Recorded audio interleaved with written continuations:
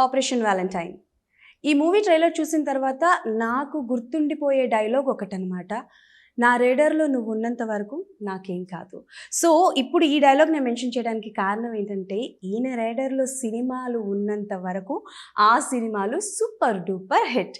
Hi, hello, నమస్తే. Welcome to TFPC. నేను మీ Anjali and right now in front of మీ సాయి మాధవ్ బుర్రా గారు ఉన్నారు. సో, ఆయన చేసిన సినిమాలు ఎన్నో and at the same time ఆయన సినిమాలకి డైలాగ్ రాస్తే కథ జనాలకి ఎలా వెళ్తుందో అలా అనమాట. బికాస్ ఒక కథ జనాల్లోకి వెళ్ళాలి అని అంటే డెఫినెట్లీ ఆ డైలాగ్స్ అన్నవి వెరీ వెరీ ఇంపార్టెంట్. ఆయన డైలాగ్స్ అంత పవర్ఫుల్గా ఉంటాయి కాబట్టి ఇప్పుడు ఆపరేషన్ వ్యాలంటైన్ అంటూ మన ముందుకు వచ్చేస్తున్నారు మార్చ్ 1న. సో ఆయనతో మాట్లాడి చాలా విషయాలు తెలుసుకుందాం. సార్ నమస్తే. నమస్తే. ఎలా ఉన్నారు సార్?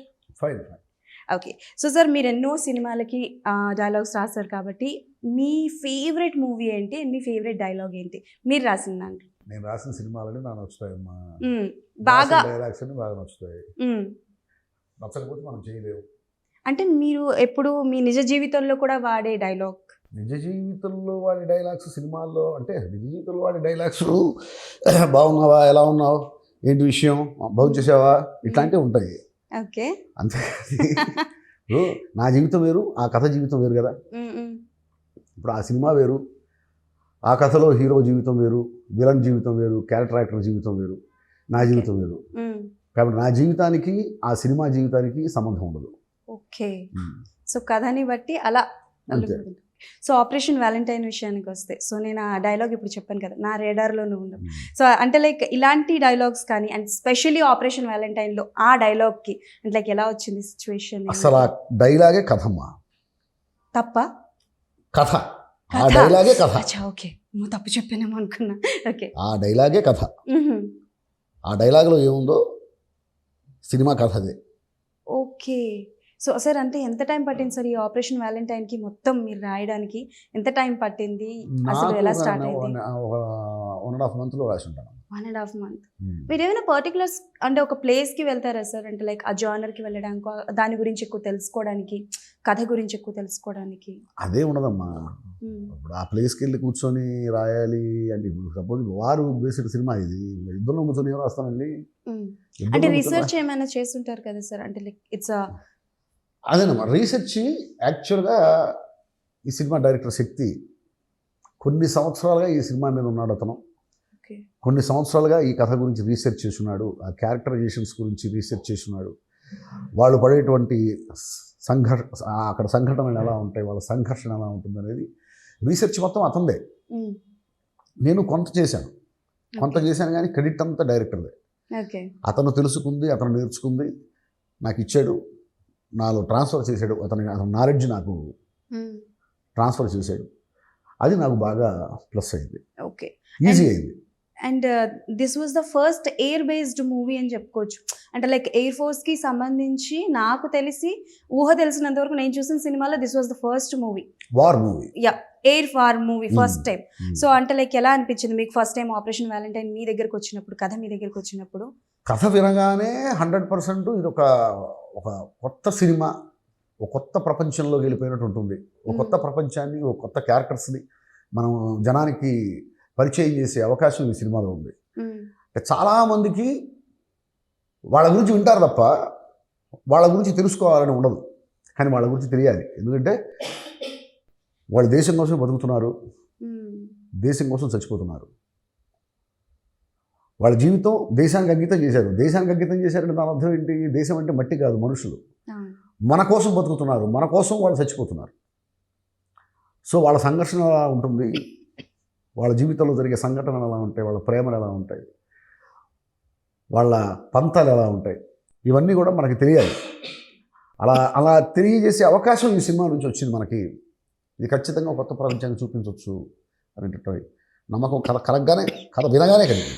సో అంటే సార్, ఆపరేషన్ వ్యాలంటైన్ ట్రైలర్ చూసిన తర్వాత నాకు తెలిసి లైక్ బీజిఎంతో పాటు and dialogues are very very attractive and కొన్ని పాయింట్స్, కొన్ని సిచ్యువేషన్స్కి తగ్గట్టు కొంత డైలాగ్ రాయడానికి కొన్నిసార్లు కొన్ని సిచ్యువేషన్స్ ఎక్కువ టైం తీసుకుంటుంటాయి.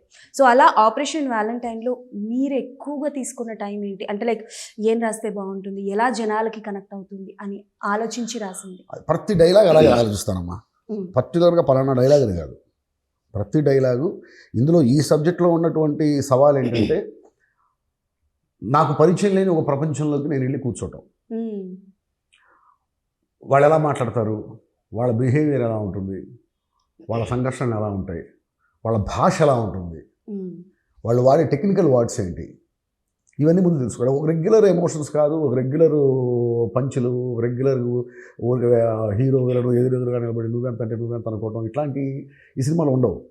సో ఆ క్యారెక్టర్స్ని మనం స్టడీ చేయాలి. ఇది మ్యాక్సిమం డైరెక్టర్ వల్ల నాకు దాని గురించి తెలియటం, దాని గురించి పరిచయం కలగటం, ఇదంతా కూడా డైరెక్టర్ నాకు ఇచ్చిన ఇన్పుట్స్ అంత గొప్పగా ఉన్నాయి. సో నాకు రాయటం ఈజీ అయింది. ఓకే. అండ్ వరుణ్ తేజ్ గారి గురించి చెప్పండి. అంటే లైక్ నాకు తెలిసి ఇప్పటివరకు ఆయన చేసిన సినిమాలు ఎలా అయితే మీరు ఇప్పటివరకు this is a very new for you, ఈ కథ, ఈ క్యారెక్టర్స్ మీకు ఎలా కొత్త, వరుణ్ తేజ్ గారికి కూడా అలాగే కొత్త. సో ఆయన పర్ఫార్మెన్స్ ఎలా అనిపించింది మీకు? అండ్ అసలు వరుణ్ బాబు ఈ సినిమాలో వరుణ్ బాబు కనపడ్డమ్మా, పాత్రే కనిపిస్తుంది. ఓకే. ఆయన నడక నుంచి, మాట నుంచి, చూసే చూపు నుంచి అసలు టోటల్గా అతను ఆయన మార్చేసుకొని ఆ పాత్రలాగా మారిపోయాడు ఈ సినిమాలో. పాత్రే కనిపిస్తుంది. మనకు ఒక వారియర్ కనిపిస్తాడు తప్ప నటుడు కనిపించడు, వరుణ్ బాబు కనిపించడు.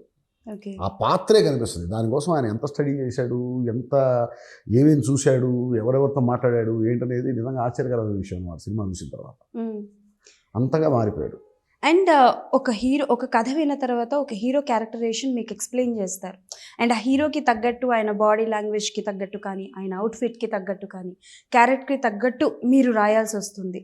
సో అంటే లైక్ ఈ క్యారెక్టర్కి మీరు ఎలాంటి జాగ్రత్తలు తీసుకున్నారు రాసేటప్పుడు? అంతే కదమ్మా, ఇందాక నేను చెప్పాను కదా.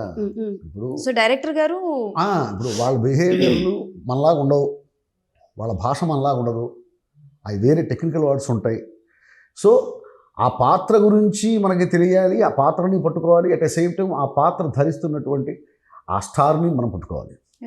వరుణ్ బాబుని వదిలిపెట్టకూడదు, వరుణ్ బాబు ధరిస్తున్న పాత్రని మనం వదిలిపెట్టకూడదు, వరుణ్ బాబుకు ఉన్నటువంటి ఫ్యాన్ బేస్ని మనం వదిలిపెట్టకూడదు. అండ్ వరుణ్ బాబుని వదిలిపెట్టకూడదు, ఆ పాత్రని వదిలిపెట్టకూడదు. రెండింటినీ బ్యాలెన్స్ చేస్తూ మనం రాయాలి. నాకు తెలిసి this was the second project కదా సార్ మీరు వరుణ్ తేజ్ గారితో చేస్తుంది? అవును, ఫస్ట్ కంచె తర్వాత. అండ్ అది కూడా సమ్ వార్ రిలేటెడ్ కదా, వార్ రిలేటెడ్ మూవీ. సో ఏం చూసారు డిఫరెన్స్ మీరు అప్పుడు కంచె టైంలో ఉన్న వరుణ్ తేజ్ గారికి, ఇప్పుడున్న వరుణ్ తేజ్ గారికి మీరు చూస్తున్న డిఫరెన్స్ ఏంటి? అసలు అమ్మా, ఏ సినిమాకి ఆ సినిమా కొత్తగానే ఫీల్ అవుతాడు ఆయన. ప్రతి సినిమాకి ఆయన హార్డ్ వర్క్ అలాగే ఉంటుంది. కంచె సినిమాకి ఎంత హార్డ్ వర్క్ చేశాడో ఈ సినిమాకి కూడా అంతే హార్డ్ వర్క్ చేశాడు. ఆ క్యారెక్టర్స్ గురించి తెలుసుకోవడానికి వాటిని ఒక అద్భుతమైనటువంటి పరిశోధన. ఆ సినిమాలో వరుణ్ బాబు వేరు, ఈ సినిమాలో వరుణ్ బాబు వేరు. ఇద్దరు వారియర్సే, బట్ ఆ వారియర్ వేరు, ఈ వారియర్ వేరు. అది కూడా అందులో అది కూడా ప్రేమ కథే, ఇది ప్రేమ కథే. ఆ ప్రేమ వేరు, ఈ ప్రేమ వేరు. ఆ ప్రేమికుడు వేరు, ఈ ప్రేమికుడు వేరు. ఇక్కడ దేశం మీద ప్రేమ ఉంది, అమ్మాయి మీద ప్రేమ ఉంది. ఒక రకంగా అమ్మ మీద ప్రేమ, అమ్మాయి మీద ప్రేమ. అమ్మ అంటే దేశం, దేశం మీద ప్రేమ, అమ్మాయి మీద ప్రేమ, రెండూ ఉన్నాయి. ఈ కథలో ఉన్నటువంటి గొప్ప సోల్ ఏంటంటే హీరో హీరోయిన్స్ వీళ్ళిద్దరూ కూడా ఒకటిగా తోడు బతకలేరు. వీళ్ళిద్దరూ దేశంలో అయితే బతకలేరు. ఇద్దరూ దేశం కోసం బతుకుతున్నారు, ఇద్దరూ దేశం కోసం చచ్చిపోవడానికి సిద్ధంగా ఉన్నారు. ఇలాంటి వాళ్ళిద్దరూ ఒకళ్ళ మీద ఒకళ్ళు విపరీతంగా ప్రేమ పెంచేసుకుంటే ఆ సంఘర్షణ ఎలా ఉంటుంది అనేది operation valentine. Wow. So as a movie లవర్గా అండ్ నేను అడిగే క్వశ్చన్ ఏంటంటే, ఒక మూవీ నేను ఇందాక మీకు చెప్పినట్టు ఒక కథ జనాలకి తెలియాలి అని అంటే డెఫినెట్లీ స్క్రీన్ ప్రెజెన్స్ కానీ, ఆ స్క్రీన్ మీద వాడే డైలాగ్స్ వెరీ వెరీ ఇంపాక్ట్ ఎక్కువగా చూపిస్తుంటాయి. సో ఈ మధ్య కొన్ని డైలాగ్స్ అంటే లైక్ తాహతుకు మించి ఒకప్పుడు బీప్స్ వేసేవారు, ఇప్పుడు బీప్స్ కూడా వేయకుండా కొన్ని డైలాగ్స్ వస్తున్నాయి. అంటే మీ మూవీలో నేను ఎప్పుడు చూడలేదు, కానీ అలాంటి డైలాగ్స్ విన్నప్పుడు అంటే లైక్ జనాల్లోకి ఎలా వెళ్తుంది అనుకుంటారు? మీకేమనిపిస్తుంది యాజ్ అ సీనియర్? బూతుల గురించా? Definitely sir. అవి ఖచ్చితంగా కరెక్ట్ కాదు కదమ్మా. అవసరమైతే పెట్టుకోవచ్చు, అవసరానికి ఎంత పెద్ద బూత్ అయినా వాడచ్చు, కానీ అనవసరంగా వాడకూడదు. ఓకే. సో ఇప్పుడు మీరు రీసెంట్గా చూస్తున్న సినిమాలు మీకు అంటే లైక్ అనవసరం అనిపించిందా? కొంతమంది అలా ఉంటే సినిమాలో అనవసరంగా బూతులు వాడుతున్నారుగా, అనవసరంగా వాడుతున్నారు బూతులు. ఓకే. అవి లేకపోయినా ఉండొచ్చు, లేకపోయినా కూడా ఆ సినిమా బాగానే ఉంటుంది. మెన్షన్ చేయాలనుకుంటారా సార్ మూవీ నేమ్స్ ఏమైనా? అలా చేయకూడదు అమ్మా, తప్పదు. ఓకే. ఎందుకు ఇంకో సినిమా గురించి మనం బ్యాడ్గా మాట్లాడుకోవటం? సో ఇప్పుడు మనకి ఈ మూవీలో అంటే ఆపరేషన్ వ్యాలంటైన్ విషయానికి వస్తే కొన్ని డైలాగ్స్ రిజిస్టర్ అయిపోతూ ఉంటాయి కదా ఒక్కొక్క సినిమాలో, అలా రిజిస్టర్ అయిపోయే డైలాగ్ ఏదైనా ఉందా సార్ ఇందులో?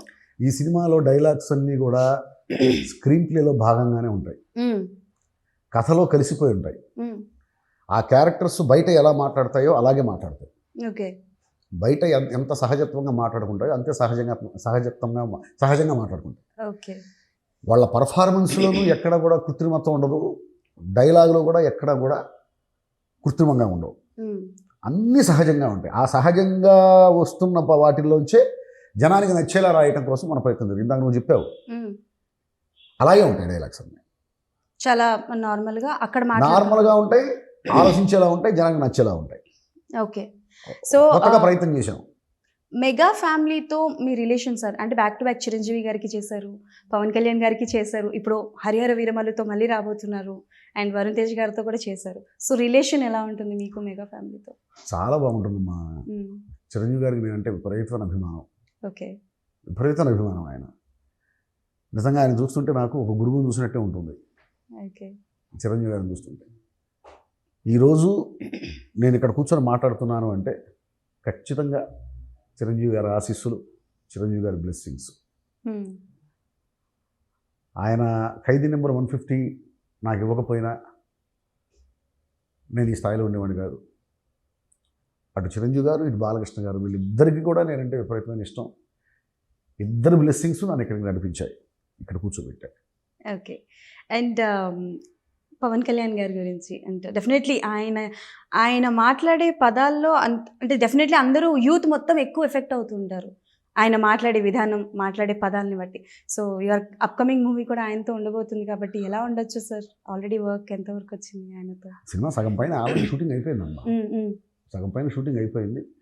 కాకపోతే ఇది ఈ ఎలక్షన్స్ ఏమీ ఉన్నాయి కదా, ఆ టైం చూసుకొని ఖచ్చితంగా అది అద్భుతమైన సినిమా.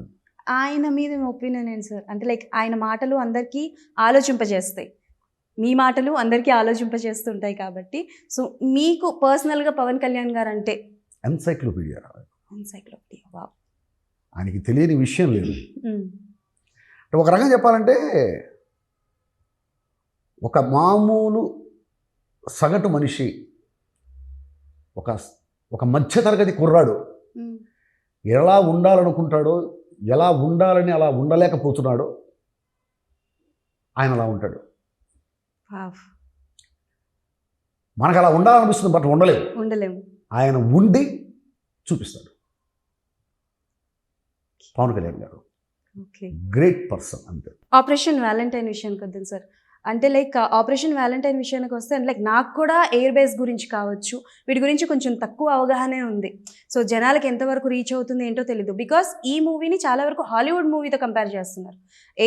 ఎయిర్ వార్ మూవీస్ ఎక్కువగా హాలీవుడ్లో వచ్చాయి కాబట్టి విజువలైజేషన్ ఎలా ఉంటుంది అని మీరు చూసే ఉంటారు కదా సార్ ఫస్ట్ కాపీ. సో ఎలా అనిపించింది మీకు? అంటే లైక్ మీకు బాగా చాలా బాగా వచ్చింది. ఒక కొత్త ప్రపంచంలో మనం కూర్చుంటాం, ఎక్కడ బోర్ కొట్టదు. ఖచ్చితంగా ఆ సినిమా ఎంతసేపు ఉందో అంతసేపు హాయిగా ఎంటర్టైన్ అవుతాం. ఓకే. ఎంటర్టైన్ అవుతాం, నవ్వుకుంటాం, కోపం రావాల్సిన సందర్భాల్లో కోపం వస్తుంది. ఏ దేశం మీద అయితే మనం యుద్ధం చేస్తున్నామో ఆ దేశం మీదకి మనం కూడా వెళ్దామనిపిస్తుంది. ఆ యుద్ధంలో నేను కూడా ఉంటే బాగుండు అనిపిస్తుంది. ఓకే. అలాగా ఇన్వాల్వ్ చేసేస్తారు ప్రేక్షకుని. సో కొన్నిసార్లు కథపరంగా మనం న్యాయం చేసినా అవతల వ్యక్తి కొన్నిసార్లు అఫెండ్ అవ్వడమో లేకపోతే హర్ట్ అవ్వడమో జరుగుతుంటుంది. లైక్ ఇప్పుడు మనం వారి విషయానికే వద్దాం. అంటే లైక్ మన ఆపరేషన్ వ్యాలంటైన్ టైంలో అవతల దేశం వాళ్ళని కొన్ని మాటలు అనడమో అన్నీ చేస్తుంటాం, కొంతవరకు హర్ట్ అవుతూ ఉంటారు. సో అలాంటివి ఎలా మేనేజ్ చేస్తారు సార్? అలాంటివి ఎప్పుడైనా ఫేస్ చేశారా? అసలు కావాలని ఒక దేశాన్ని తిట్టడం కానీ, కావాలని ఒక దేశాన్ని పొగట్టడం కానీ ఈ కథలో ఎక్కడా ఉండదు. ఇద్దరు సోల్జర్స్ అక్కడ యుద్ధం చేసుకుంటుంటారు. రెండు దేశాలు యుద్ధం చేసుకుంటున్నాయంటే దాని అర్థం ఇద్దరు సోల్జర్స్ వాళ్ళ ఉద్యోగాలు వాళ్ళు చేస్తున్నారు. అక్కడ అవతలవాడు చేసేది ఉద్యోగమే, యువతలవాడు చేసేది ఉద్యోగమే. ఇద్దరికి వాళ్ళ దేశాల మీద ప్రేమలు ఉంటాయి. ఇద్దరు దేశభక్తులే. ఎవరి దేశం మీద వాళ్ళకి ప్రేమ ఉంటుంది. వాడు కూడా దేశం కోసం చచ్చిపోవడం కోసం వచ్చాడు, వీళ్ళు కూడా దేశం కోసం చచ్చిపోవడానికి వెళ్ళారు. అంతే కదా. ఇక్కడ శత్రువులు ఎవరా అంటే ఇద్దరు దేశభక్తులు. అలాగే ఉంటుంది సినిమా. అంతేగాని వాంటెడ్గా ఒక దేశాన్ని తిట్టేద్దాం, వాంటెడ్గా ఓ దేశం మీద నిందలేసేద్దాం అట్లాంటివి ఏమి ఉండవు. సో ఇది ఎలా ఉంటుంది సార్? అంటే బయాస్డ్గా చూపిస్తారా, లేకపోతే ఈక్వల్గా ఉన్నది ఉన్నట్లు చూపిస్తారా? ఆపరేషన్ వ్యాలంటైన్ ఉన్నది ఉన్నట్టే చూపించాం. సో వ్యాలంటైన్ అంటే లైక్ మాకు ఆల్రెడీ మెన్షన్ చేసినట్టు 14th Feb రోజు జరిగిన ఇష్యూ సమ్ ఇయర్స్ బ్యాక్ అని చెప్పి. సో వ్యాలంటైన్కి ముందు ఏమైనా అనుకున్నారా? మీరేమైనా టైటిల్ సజెస్ట్ చేశారా? లేదు, ఆల్రెడీ నా దగ్గరకు వచ్చేటప్పటికే టైటిల్ పెట్టుకొని వచ్చారు. ఓకే, విన్నప్పుడు మీకు ఏమనిపించింది ఆపరేషన్ వ్యాలంటైన్? అనిపించింది ఆపరేషన్ వ్యాలంటైన్ అనేది చాలా అద్భుతంగా ఉంది కదా. వ్యాలంటైన్ అంటే ఏంటి? అతను ఒక ప్రేమకి గుర్తు. ఇక్కడ జరుగుతుంది యుద్ధం, అది దేశం మీద ప్రేమ. కథ విన్న తర్వాత యాప్ట్ టైటిల్ అనిపించింది నాకు. ఓకే, ఎందుకంటే ఇక్కడ దేశం మీద ప్రేమ ఉంది, ఒక అమ్మాయి మీద ప్రేమ ఉంది, ఈ రెండింటి మధ్య సంఘర్షణే. ఓకే, సో మీరు ఇప్పటి వరకు సార్ హిస్టారిక్ జానర్లో చేశారు, పీరియాడిక్ చేశారు, లవ్ స్టోరీస్ చేశారు, and you are coming with a new genre, war జానర్లో కూడా చేస్తున్నారు. మీకు ఏ జానర్, ఇంకే జానర్ చేయాలని ఉంది సార్? అన్ని జానర్స్లో చేయాలని ఉందమ్మా నాకు. Personally favourite genre?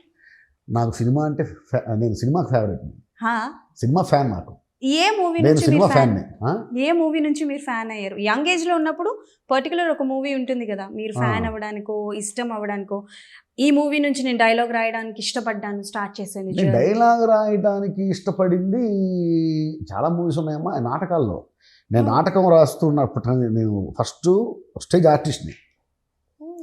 నేను స్టేజ్ ఆర్టిస్ట్గా ప్రదర్శనలు ఇస్తూ నేనే ఎందుకు రాయకూడదని చెప్పి ఒక నాటికి రాయటం జరిగింది. అప్పుడు నాకు నాలో రచయిత ఉన్నాడు అని తెలిసింది. ఓకే, అట్లాగే నేను రైటర్ అయ్యాను. మిమ్మల్ని ఇన్స్పైర్ చేసిన మూవీ? నాటకాలు ఓకే, సినిమా? నన్ను ఇన్స్పైర్ చేసిన మూవీస్ చాలా ఉన్నాయమ్మా. పాతాళ భైరవి ఉంది, అంతులేని కథ ఉంది, సాగర సంగమం ఉంది, మరో చరిత్ర ఉంది, సీతాకోచలకు ఉంది, ముద్దమందారం ఉంది, ఇట్లాంటి చెప్పుకుంటూ పోతే బోల్డ్ అని సినిమాలు. ఓకే, ఫస్ట్ మూడు మాకు వచ్చేసాయి. సో సార్, అంటే మీలో ఒక ఆర్టిస్ట్ కూడా ఉన్నారని చెప్పారు కదా, మరి ఎప్పుడు ఆర్టిస్ట్గా కనిపించాలనుకోలేదా మీరు? కనిపించాగా, చేశాగా. ఎన్టీఆర్ బయోపిక్లో పీతాంబరం గారి క్యారెక్టర్ చేశాను. ఓకే, అంటే ఇప్పుడు మనకి రెగ్యులర్ జానర్లో వస్తున్న సినిమాల్లో ఒక మంచి క్యారెక్టర్ ఏదైనా చెయ్యాలి అనుకుంటే మీకు మీరే రాయాలి? నాకు చేయాలనిపిస్తే నేను అడుగుతా డైరెక్టర్ గారు, ఈ క్యారెక్టర్ నాకు చేయాలనిపిస్తుంది, నేను చేస్తానండి అని. అది ముందు నాకు అనిపించాలి, నాకు అనిపించే ముందు దానికి ఆ క్యారెక్టర్ నాకు సూట్ అవ్వాలి, నేను సూట్ అవుతాను, డైరెక్టర్ నమ్మాలి. మీరు నాటకాలు వేసినప్పుడు వాట్ కైండ్ ఆఫ్ క్యారెక్టర్స్ వేసేవారు సార్? అంటే విలనా, హీరోనా, లేకపోతే సపోర్టింగ్? నేను చాలా చిన్న వయసులో ముసలాళ్ళు వేషాలు వేసానండి. ఓకే, చాలా చిన్న వయసులోనే మామగారి క్యారెక్టర్, హెడ్ మాస్టర్ క్యారెక్టర్ అట్లా వేసేవాడిని. ఓకే, అండ్ నాకు ఇప్పటి నుంచి ఉన్న ఒక doubt sir, out of the box question. So Mahanati biopic చూసినప్పుడు మహానటికి కూడా మీరే రాశారు. సో కొన్ని మాటలు లైక్ ఎక్కువగా చలిస్తూ ఉంటాయి, మాకు ఎక్కువగా అంటే లైక్ గూస్ బంప్స్ తెప్పిస్తూ ఉంటాయి. కాబట్టి అంటే మీరు ఎంతవరకు రీసెర్చ్ చేశారు సావిత్రి గారి గురించి? మీకు బాగా నచ్చిన పాయింట్ ఏంటి, ఒక డైలాగ్ ఏదో ఒకటి సావిత్రి గారు? నేనేదమ్మా, మహానటి అనేది సావిత్రి గారి క్యారెక్టర్ చేసిన ఒక అద్భుతమైన క్యారెక్టర్. అది నాగశ్విన్ గారు ఆ కథ చెప్పినప్పుడే నాకు మైండ్ పోయింది, ఏంటి ఇంత అద్భుతంగా చేసుకున్నాడు ఆయన కథ అని. ఆవిడ జీవితంలో మనం ఎవరూ అలా బతకలేము. ఎలాంటి సమస్యలైనా ఫేస్ చేయటం, అది ఎంత పెద్ద సమస్య అయినా సరే నాకంటే చిన్నదే అనుకోవటం. నాకు వచ్చిన సమస్య నాకంటే చిన్నదే అనేటువంటి ఫీలింగ్ ఉంది చూసావా, అది ఎవరు చేయలేరు ఆ పని. చచ్చిపోతున్నానని తెలిసి కూడా రాజీ పడకపోవటం, తను ఎలా బ్రతకాలనుకుందో అలాగే బతికింది, తను ఎలా అలా చనిపోతున్నానని తెలిసి కూడా అలా చనిపోయింది. ఆమె ఎక్కడ ఆయన జీవితంలో ఎక్కడ రాజీ పడినట్టు దాఖలాలు లేవు అసలు. రెండు, ప్రతిదాన్ని పూర్తిగా అనుభవించడం, ప్రేమని పూర్తిగా అనుభవించింది, ద్వేషాన్ని పూర్తిగా అనుభవించింది. ఎంత ద్వేషం ఉన్నా కూడా ప్రేమించిన మనిషిని దూరం పెట్టిందే కానీ తను దూరం అవ్వాల. ప్రేమించిన మనిషికి తను దూరంగా ఉందేమో తప్ప ఆ మనిషిని కాదని చెప్పేసి చాలా చిన్న వయసులో బయటకు వచ్చింది. ఇంకో పెళ్లి చేసుకుందా? లేదు, చేసుకోలేదు. చచ్చిపోయేదాకా జమినీ గణేషన్ గారే ఆవిడ హస్బెండ్. చనిపోయేదాకా దూరంగా ఉన్నా సరే, చిన్న వయసులోనే దూరం అయినా సరే, మనసులో నుంచి మాత్రం ఆయన తీసేయాలి. శారీరకంగా దూరంగా ఉన్న మనసు నుంచి మాత్రం తీసేయాలి. ప్రేమని పూర్తిగా అనుభవించడం, అలాగే కీర్తిని పూర్తిగా అనుభవించడం. కీర్తిని పూర్తిగా అనిపించడం పీక్ చూసింది ఆవిడ. Yeah at the same time పాప గారమ్మ ఇంకా చెప్పాలంటే తక్కువ పతనం అన్నమాట మనం అనలేం. మహాతల్లి విషయంలో పతనం అన్న మాటని మనం వాడలేం. దాన్ని కూడా పూర్తిగా చూడటం. కీర్తిని పూర్తిగా చూసింది, దీన్ని పూర్తిగా చూసింది. అన్నిటినీ పరిపూర్ణ జీవితంలో ఉండే ఎమోషన్స్ మొత్తాన్ని చాలా చిన్న వయసులో అన్ని ఎమోషన్స్ని అనుభవించేసింది మహాతల్లి. అంత గొప్ప క్యారెక్టర్ ఎక్కడ దొరుకుతుంది? నిజంగానే ఎవరికి ఉంటుంది? ఎవరికి ఉండదు నాకు తెలిసి. అండ్ ఈ జనరేషన్లో ఆవిడంత పేషెన్స్, ఆవిడంత ఇది ఎవరికి ఉండదేమో. అండ్ అగైన్ ఆపరేషన్ వ్యాలంటైన్ పైగా సాహసోపేతమైన నిర్ణయాలు ఆవిడ తీసుకునేవి కూడా. ఉత్తర పక్క మనిషికి పెళ్ళయిందని తెలుసు, పిల్లలు ఉన్నారని తెలుసు, అయినా కూడా పెళ్లి చేసుకోవటం. ఎవరు తీసుకుంటారు ఆ నిర్ణయం? తెలిసి కూడా ప్రేమించాను అంటే ఆ ప్రేమను అనుభవించాలి అంతే. అంతే. పెళ్లి చేసుకున్న తర్వాత ఏమైనా ప్రాబ్లమ్స్ వస్తాయేమో. ఆయన ఏంటో తెలుసు, ఆయన క్యారెక్టర్ ఏంటో తెలుసు, బట్ స్టిల్ ఆవిడ చేశారు. చేసుకు అందుకని ఆయన చెడ్డవాడు కాదు. ఆయన క్యారెక్టర్లో కొత్తదనం ఏంటో కూడా మనం చూపించాం. ఎక్కడ మనం ఎవరిని తక్కువ చేయలే. సావిత్రి గారు గొప్పతనం చెప్పడం కోసం అని చెప్పి జమినీ గణేశన్ గారిని తక్కువ చేయాల్సిన అవసరం లేదు. ఈక్వల్గా చూపించారు. ఎవరి గొప్పతనం వాళ్ళదే. అన్నీ చూపించే అవకాశం ఆ కథలో దొరికింది. అవును సార్, ట్రూ. అండ్ చాలామందికి మహానటి చూసినప్పుడు అయితే నాకు తెలిసి ఇప్పుడు మహానటి అంటే సావిత్రి గారు మేబీ వాళ్ళ సినిమాలు చూసినప్పుడు ఉంటుంది. బట్ మా జనరేషన్కి అయితే కీర్తి సురేష్ గారే గుర్తొస్తారు సావిత్రి గారు అనగానే. And again coming for operation Valentine మిషన్కి వస్తే సోనీ పిక్చర్స్ గురించి అంటే నాకు తెలిసి ఇట్స్ అ ఫస్ట్ కొలాబరేషన్ అనుకుంటాను కదా సార్ టాలీవుడ్లో. సో వాళ్ళ గురించి చెప్పండి. సోనీ పిక్చర్స్ వాళ్ళతో కొలాబరేషన్స్ ఎలా ఉన్నాయి ఏంటి? వాళ్ళు ఈ సినిమా ప్రొడ్యూసర్స్ ఎక్కడా రాజీ పడలేదు, ఖర్చుకు వెనకాడలేదు, డైరెక్టర్కి ఏం కావాలంటే అది ఇచ్చారు, సినిమాకి ఏది అవసరమైతే అది చేశారు, ఎక్కడ వెనకాడలేదు. బడ్జెట్ ఏంటి, బిజినెస్ ఏంటి ఎన్ని చూసుకోలేదు అసలు. కథని నమ్మారు, ఆ కథ కోసం ఏం కావాలో వచ్చేసారు. అలాంటి నిర్మాతలు దొరకడం చాలా కష్టం. అద్భుతమైన నిర్మాతలు, ఇలాంటి నిర్మాతలు పరిశ్రమకి అవసరం. సో మీరు ఎంతోమంది డైరెక్టర్స్తో వర్క్ చేస్తారు కదా సార్. సో ఇప్పుడు ఆపరేషన్ వ్యాలంటైన్ చేస్తున్న డైరెక్టర్ గారు శక్తి గారు is the first project of him. So మీరు చూసింది ఏంటి? Because he is very young and first director, debut director. So ఆయనలో మీరు చూసిన కొత్తదనం ఏంటి? తపన. Okay, comparing to other directors. Okay, తపన. ఇంకా అంటే లైక్ ఆ డైరెక్టర్స్ మీరు ఎక్స్పీరియన్స్ డైరెక్టర్స్తో కూడా చేశారు కాబట్టి ఈయనలో అంటే లైక్ ఈయన సక్సెస్ అవుతారు. అసలు ఆయన కొత్త డైరెక్టర్ అని చెప్పేసి మనం అనుకోవటమే తప్ప కొత్త డైరెక్టర్ అన్నట్టుగా ఉండలేదు. చూడు, ఫస్ట్ మూవీనే ఒక ఆపరేషన్ వాలంటైన్ లాంటి ఒక పెద్ద సబ్జెక్ట్ని తీసుకున్నాడు అంటే, ఒక వార్ సబ్జెక్టు, ఒక ఆకాశంలో జరిగేటువంటి ఒక కురుక్షేత్రాన్ని మొట్టమొదటి సినిమాతోనే చూపించాలనుకున్నాడంటే అతని ఆలోచన ఎంత స్పాన్ ఉండాలి, ఆలోచనకి ఎంత తపన ఉండాలి. కొత్త విషయాన్ని జనానికి చెప్పాలి, ఒక కొత్త వరల్డ్లోకి ప్రపంచాన్ని జనాన్ని ప్రేక్షకుల్ని తీసుకురావాలనేటువంటి తపన. దానికి చిన్న కొత్త పాత అనేటువంటి ఉన్నదమ్మా లేదు. అతనిలో ఉన్న కమిట్మెంటు, అతనికి ఉన్న జడ్జిమెంటు, అతను నమ్మినట్టు 100కి 100% అతను న్యాయం చేశాడు. అతను అది ఉంది. అంటే నేను మరీ కంపేర్ అని అడగను, కానీ మీకు శక్తి గారిని చూస్తున్నప్పుడు మన టాలీవుడ్ ఇండస్ట్రీలో ఎవరైనా డైరెక్టర్ గుర్తొచ్చారా? అంటే ఇలా తప్పన ఇలా కష్టపడుతున్నారు, individual style. Okay. So sir, అంటే మీకు కథ నచ్చక మీ దగ్గరకు వచ్చిన డైలాగ్స్ రాయమని వస్తే కథ నచ్చక నో చెప్పిన కథలు ఏమైనా ఉన్నాయా సార్? చాలా ఉంటాయమ్మా. ఎంత ప్రవాహంలో భాగం అయ్యి ఉంటాయి. సో పర్సనలీ మిమ్మల్ని ఒకళ్ళు ఇంప్రెస్ చేయాలి అని అంటే వాట్ కైండ్ ఆఫ్ కథలో ఏ పాయింట్స్ ఉండాలి? సినిమా బాగుండాలి, కథ బాగుండాలి, అంతకంటే ఉండదు. పలానా పాయింట్లే ఉండాలని ఏమి ఉండదమ్మా. ఆ చెప్పిన విధానం ఏంటి?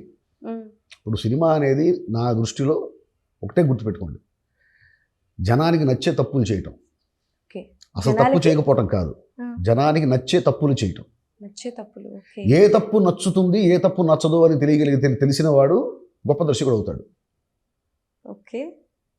ఈ తప్పు నచ్చుతుంది, ఈ తప్పు నచ్చదు అని తెలిసిన వాడు గొప్ప దర్శకుడు అవుతాడు. తెలియని వాడు సక్సెస్ కాడు. Simple logic. Very good logic. నచ్చే తప్పులు చేయాలంతే. అస్సలు తప్పు చేయకుండా చేస్తే అవి రియలిస్టిక్ మూవీలు, ప్యారలల్ మూవీస్ అవుతాయి. ఒక హీరో 20 మందిని కొట్టడం అనేది సహజంగా జరిగే పనేనా? జరగదు కదా. అస్సలు. కానీ మనం నమ్మేలాగా తీయాలి. ఆ! ఆ హీరో 20 మందిని కొడుతున్నాడంటే మనం నమ్మాలి, ఓకే. మనకు నచ్చాలి. మెప్పించాలి. ఆ, ఎందుకంటే అవతలోడు తన్నులు తినడం కూడా మనకు నచ్చాలి. ట్రూ. ఈ మధ్య కొన్ని సినిమాలు వస్తున్నాయి, ఎందుకు చంపుతున్నాడో తెలియదు, ఎందుకు వస్తున్నారో తెలియదు. నిజం. నేను చంపుతూ ఉంటాడు, వాడు వస్తూ ఉంటాడు. మ్మ్. వాడు చావాలని మనకు ఉండదు. ఇక్కడ ప్రాబ్లం ఏంటంటే పాపం వాడు ఎవడో మనకు తెలియదు. మ్మ్. వాడు మనకు చేసిన ద్రోహం ఏమీ లేదు. వాడు ఏ క్యారెక్టర్కి ద్రోహం చేసినట్టు మనకు కనపడదు. అవును. వాడి మీద మన కోపం రాదు. చచ్చేవాడి మీద మనకి కోపం ఉండాలి. వాడిని చంపుతుంటే చంపు చంపు చంపు అని లోపల మన మనసు అరుస్తూ ఉండాలి. ట్రూ.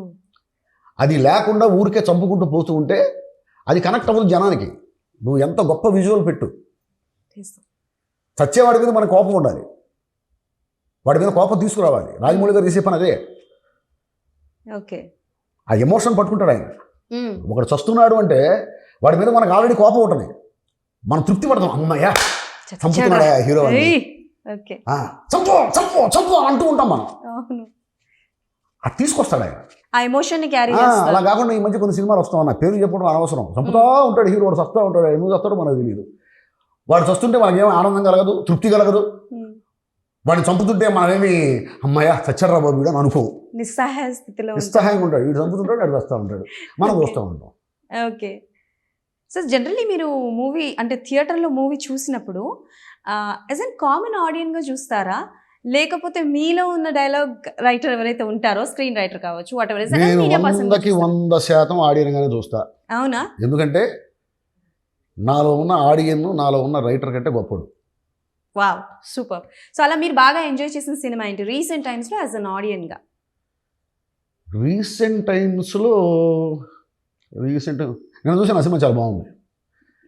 ఏది సార్? ఏంటది, మన ఏం సినిమా అది మనం చూసింది? ఊరి పేరు భైరవ. చాలా బాగుంది సినిమా. బాగుంది, మీకు నచ్చింది? నాకు నచ్చింది. Those kind of genre movies కూడా ఎంజాయ్ చేస్తారు సార్ మీరు? నేను అన్ని జానర్స్ ఎంజాయ్ చేస్తాను. నేను సినిమా పిచ్చోడిని. నాకు పలానా సినిమాల్లో పలానా జానర్ నచ్చదు అనేది ఏమి లేదు. నేను అన్ని జానర్స్ నాకు నచ్చుతాయి కాబట్టి అన్ని జానర్స్లోనూ పనిచేయగలుగుతున్నాను. ఇది ట్రూ. అన్ని జానర్లో ఎందుకు పనిచేయగలుగుతున్నాను? అన్ని జానర్స్ నాకు నచ్చుతాయి కాబట్టి. ఓకే. నేను మీరు మాట్లాడినప్పటి నుంచి నేను ఒక విషయం చెప్దాం అనుకుంటున్నాను. It's very personal sir. మీరు మాట్లాడుతుంటే నాకు మా చిన్నమావయ్య గుర్తొస్తున్నారు. ఆయన టాకింగ్ స్టైల్, మాట్లాడే విధానం, యూజ్ చేసే పదాలు మీలానే ఉంటాయి. So that's why చెప్పాలనుకున్నా.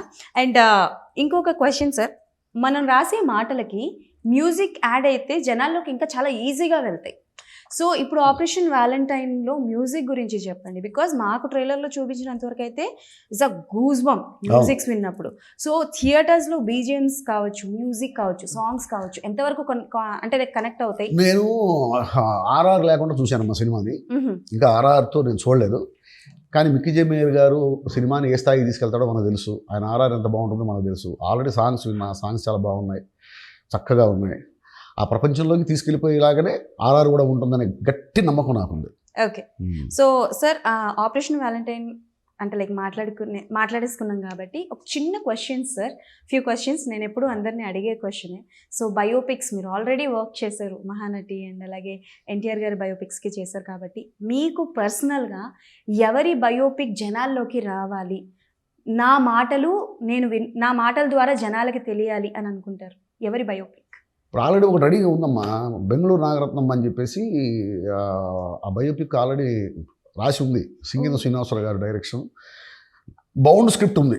ఓకే. చాలా గొప్ప సినిమా అది. నా కెరీర్లోనే ది బెస్ట్ స్క్రిప్ట్ అది. అది ఎప్పుడు వస్తుందా అని ఎదురు చూస్తున్నాను నేను. ఓకే. అండ్ అలానే చాలా సినిమాలు రీమేక్ అవుతున్నాయి కదా సార్, సీక్వెల్స్ వస్తున్నాయి, అంటే లైక్ 1, 2 ఇలా పార్ట్స్ వస్తున్నాయి కదా. సో అలా ఆల్రెడీ పాత బ్లాక్ అండ్ వైట్లో వచ్చిన సినిమాలు కావచ్చు, ఆర్ ఎల్స్ అంటే లైక్ మెగా ఫ్యామిలీలో ఉన్న సినిమాలు ఏవైనా సరే, పార్ట్ 2 కానీ సీక్వెల్ 2 రావాలి అనుకుంటే ఏ మూవీ రావాలనుకుంటారు sir? Do you have any idea? నాకు జగదేక వీరుడు అతులకు సుందరి సీక్వెల్ వస్తే బాగుంది అనిపిస్తుంది. ఓకే. చరణ్ బాబుతో, రామ్ చరణ్ గారితో. ఓ సరే, మరి మాటలో మాట రామ్ చరణ్ గారు అన్నారు కాబట్టి పక్కనే హీరోయిన్ ఎవరు బాగుంటారో కూడా చెప్పండి. ఆమె ఉందిగా, శ్రీదేవి గారు అమ్మాయి. ఓకే. ఓకే. సో వాళ్ళిద్దరు వేస్తే బాగుంటుంది. ఓకే సార్, మొత్తం అయిపోయింది. Out of the box 1 question only. కల్కి గురించి చెప్పండి సార్. ఎంతవరకు గొప్ప సినిమా అమ్మ, వచ్చిందండి? గొప్ప మ్మ్. సినిమా అది, ఎక్స్ట్రాడనరీ మూవీ. అసలు అది ఇండియన్ సినిమా చూస్తున్నట్టు ఉండదు. మ్మ్. ఒక భారతీయ ఆత్మని హాలీవుడ్ రేంజ్లో ఆయన చూపిస్తున్నాడు. ఓకే హాలీవుడ్ రేంజ్లో pan world movie, okay. Pan world movie, అదొక అద్భుతం అంతే. సో ఇప్పుడు ఉన్న ఆ రేంజ్ ఏదైతే ఉందో, ప్రభాస్ గారి రేంజ్ ఏదైతే ఉందో అంతకు మించి ఉంటుందా, పెరిగిపోతుందా? ఉంటుంది. సలార్కి మొత్తం. రెండుకంటే గొప్పగా ఉంటుంది. ఓకే. సో ఆపరేషన్ వ్యాలంటైన్ మీ స్టైల్లో 1 వర్డ్లో చెప్పండి. Operation valentine. దేశం ప్రేమ. దేశ ప్రేమ. Hmm. Thank you so much sir. So definitely మళ్ళీ మిమ్మల్ని కలవాలని మనస్ఫూర్తిగా కోరుకుంటున్నాను. Thank you so much sir. Thank you. So finally మీ మాటల్లో ఏమైనా ఆపరేషన్ వ్యాలంటైన్ గురించి? సినిమా అద్భుతంగా ఉంటుంది. ఒక కొత్త ప్రపంచంలోకి మనం అడుగుపెట్టినట్టు ఉంటుంది. ఓకే. చూస్తున్నంతసేపు ఎంటర్టైన్ అవుతాం, ఎక్కడ బోర్ కొట్టదు. ఒక కొత్త ఎక్స్పీరియన్స్తో మనం బయటకు వస్తాం. Okay. So thank you sir, thank you so much. Thank you. So అదే సంగతి, March 1 అందరూ థియేటర్స్కి వెళ్ళి ఆపరేషన్ వ్యాలంటైన్ చూసి ఎలా ఉంది ఏంటి అనేది కింద కమెంట్స్లో మెన్షన్ చేయండి. మళ్ళీ ఇంకో ఇంటర్వ్యూలో కలుసుకుందాం. అప్పటివరకు టాటా బాయ్, సైనింగ్ ఆఫ్.